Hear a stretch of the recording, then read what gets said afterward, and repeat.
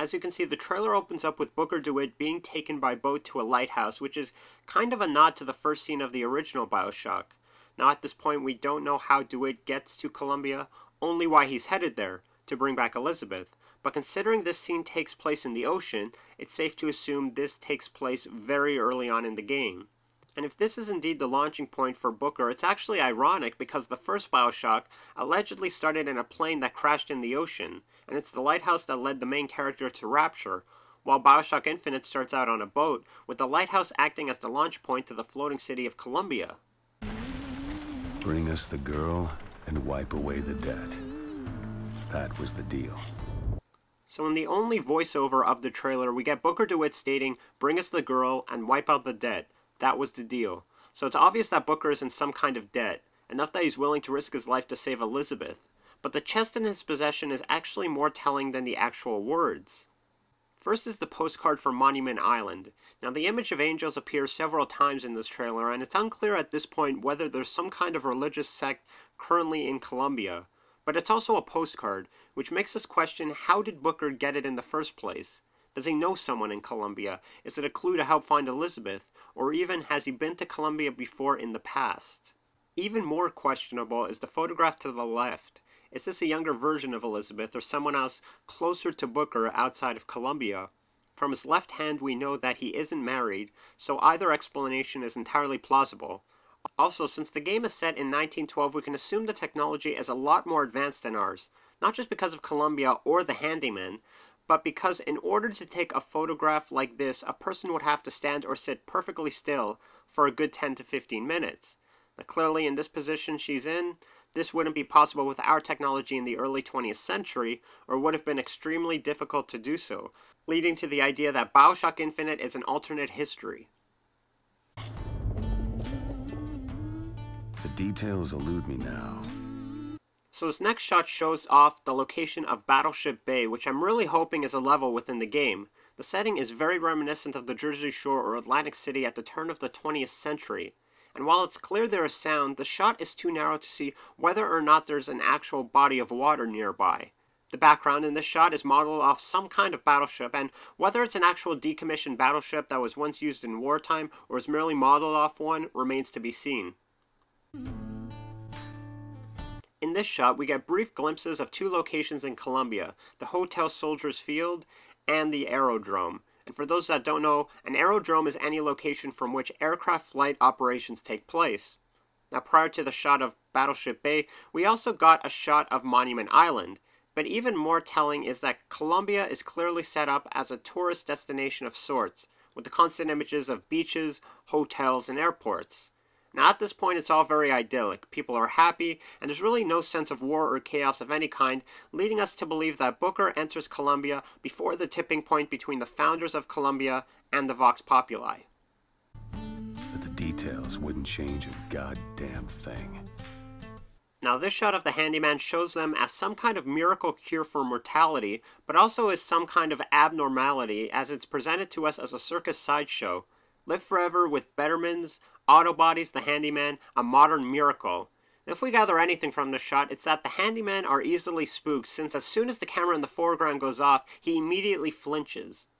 Now this pic leads me to believe there's some kind of religious sect on Columbia, and they're tied to all of the angel iconography in the city. Because they are dressed in white, this signifies purity, cleanliness, and chastity, but without any more information, it's really anybody's guess other than they may be associated with the siren enemies from the previous developer video. The big selling point of these enemy types is they can raise the dead with their shrieking voice.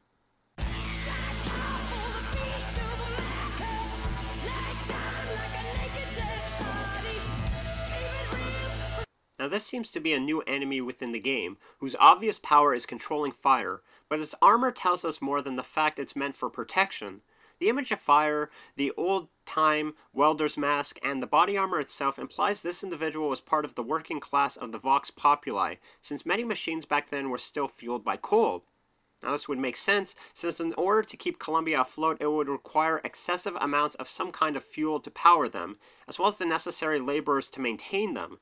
It also implies that the tonics and vigors that give individuals these powers in Bioshock Infinite are widely used, or at least easily available.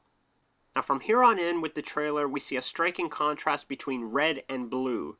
The red representing the Vox Populi and blue symbolizing the founding members of Colombia.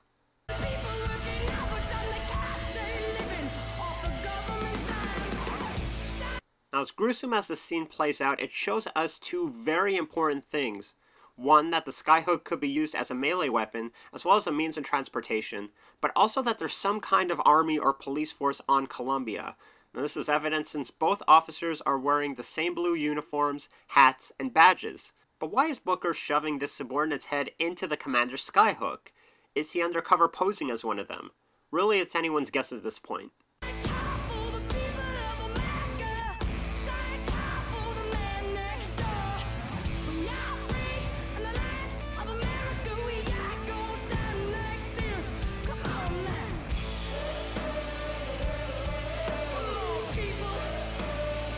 One thing to note in this shot is that after the handyman in this scene leaps forward, we see in the background a sign for Finkton Wharf Shipping Docks, another possible level in the game with a billboard in the background that states, "Eyes forward, a good worker always has his eyes on the task at hand." Now, it may be hard to make out because it's so far away, but we've seen this statue before in one of the earlier picks for Bioshock Infinite, and there seems to be a theme of watches associated with this character. But if we freeze the frame a split second later, we see the words on the face of a giant clock above. What this means exactly, I don't know, but in this context there seems to be a heavy emphasis on clocks and time, which can be seen as a symbol for work, order, and automation. But it could also denote power and status. For example, only rich, wealthy individuals at the time could own such trinkets as pocket watches. Or it may imply the famous watchmaker analogy professed by William Paley and was used to support arguments for the existence of God and for the intelligent design of the universe. Though at this point, I'm probably reading too much into this. And judging by this shot, it's clear you indeed get some sort of fire control ability similar to the fire plasmid in previous games. Now this enemy type, as far as I can tell, has never been seen before in any demos or trailers, a spectre-like Grim Reaper with a coffin strapped to his back with chains. The enemy also has some manner of control of the crows buzzing around his head, which, as we've seen several times in previous demos, you can eventually get as a power. And of course, the trailer caps off with the silhouetted figure of one of the Boys of Silence. Now these enemy types are men in foppish outfits, locked into a metal helmet with giant ears. Now the humans inside are blind, but due to the helmet have superhuman hearing and act as Columbia's line of defense. So, having said all that, was this an effective trailer? I think so. Keeping in mind that this is the first full trailer released for Bioshock Infinite in almost a year.